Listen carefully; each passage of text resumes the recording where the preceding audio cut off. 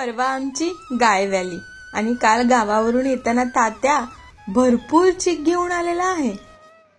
चला बनवूया खरवस.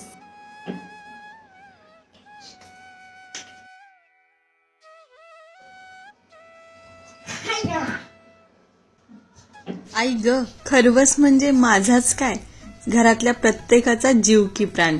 अर्धा लिटर चिकासाठी मी इथे पाव किलो गुळ घेतलेला आहे. त्यातलाही हा थोडासा खडा मी बाजूला काढून ठेवणार आहे. जर तुम्ही जास्त प्रमाणामध्ये गोड खात असाल तर तुम्ही हाही घेऊ शकता. 10-12 वेलची घेतलेल्या आहेत. त्या छान सोलून कुटून घ्यायच्या. शहरातल्या ठिकाणी तसा चीक मिळणं अगदी मुश्किलच आहे. अगदी क्वचितच एखाद्या डेअरीमध्ये आपल्याला हा चीक मिळतो आणि तो सुद्धा अगदी दुप्पट भावाने विकतात. गावाकडे आईला माहिती असल्या कारणाने कुणाच्याही घरची गाय व्याली की ती तांब्याभर का होईना चीक आमच्यासाठी कुणाकडे तरी पाठवूनच देते. अर्धा लिटर चीक आणि अर्धा लिटर पेक्षा 1 कप थोडस जास्त फुल फॅट मिल्क. चला, चीक कितपत घट्ट आहे त्यानुसार दुधाचे प्रमाण ठरते. चीक ही जर दुधासारखा पातळ असेल तर 1:1 असं प्रमाण घ्यायचं. म्हणजेच अर्धा लिटर दूध आणि अर्धा लिटर चीक. हा चीक थोडासा घट्ट आहे, दाटसर आहे, म्हणून मी इथे 1 कप जास्त दूध घातलेलं आहे. दूध, चीक, गूळ हे सगळे जिन्नस छान एकत्र करून घ्यायचे. त्यामध्ये बारीक केलेली वेलची पूड घालायची. तुम्ही इथे गुळाऐवजी साखरेचाही वापर करू शकता.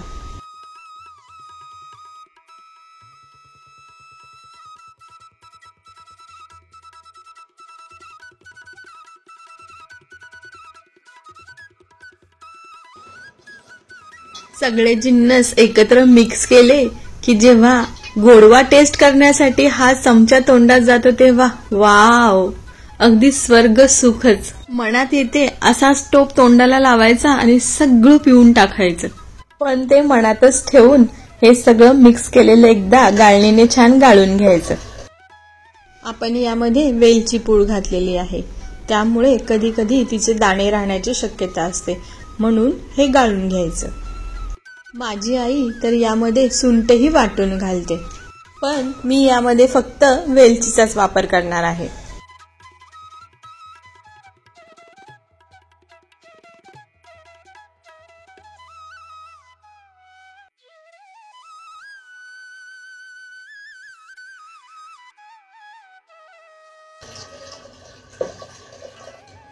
कसली तयारी चालू आहे?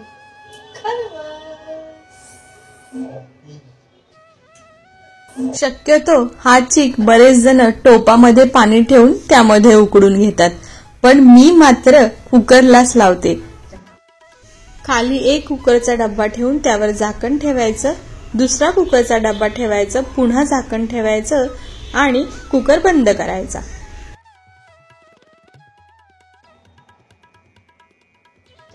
7 ते 8 शिट्ट्या घ्यायच्या.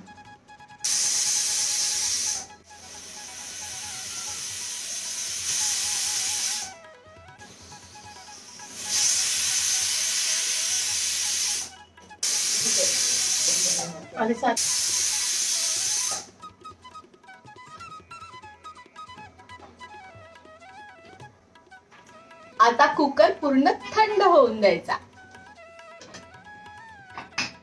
कुकर थंड झाल्यावर दोन्ही डब्बे काढले. इतका सुगंध दरवळलाय सांगू तुम्हाला.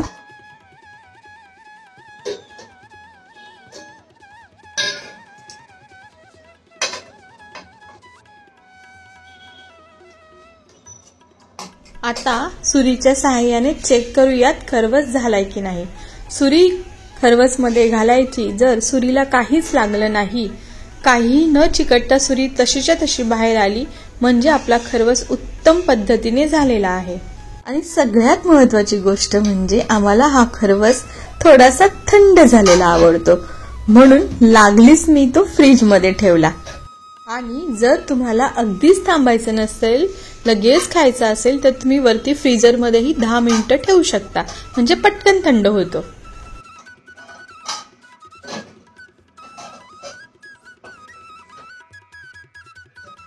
चला, अर्ध्या तासानंतर मी फ्रीज मधून डब्बे काढलेले आहेत. आहा, सुगंध, वाव. सुरीच्या सहाय्याने सर्वप्रथम अशा कडा मोकळ्या करून घ्यायच्या. कडा मोकळ्या झाला की डबा पालथा करायचा आणि हाताच्या सहाय्याने टॅप करायचं, म्हणजे हा खरवस छान निघला जातो.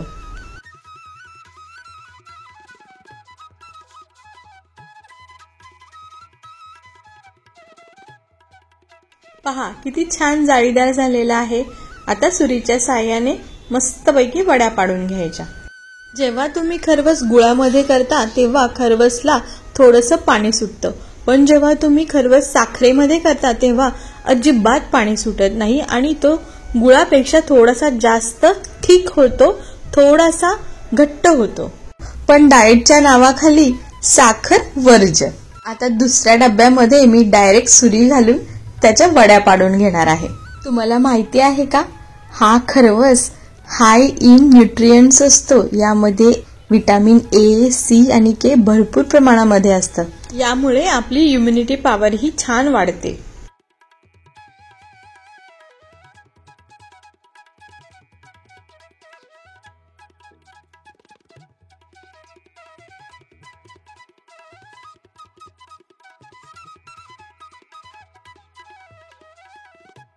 बघा किती सुंदर प्रकारे ह्या वड्या पडलेल्या आहेत खरवसच्या. आलं ना तुमच्या पण तोंडाला पाणी. माझ्या घरामध्ये तर अगदी सगळ्यांचाच फेवरेट आहे. अगदी भांडणं होतात या खरवसवरून. मम्मा खरवस, हे चल पटापट.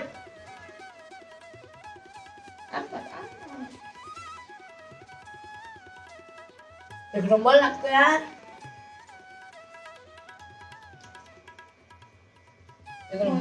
मला पाहिजे.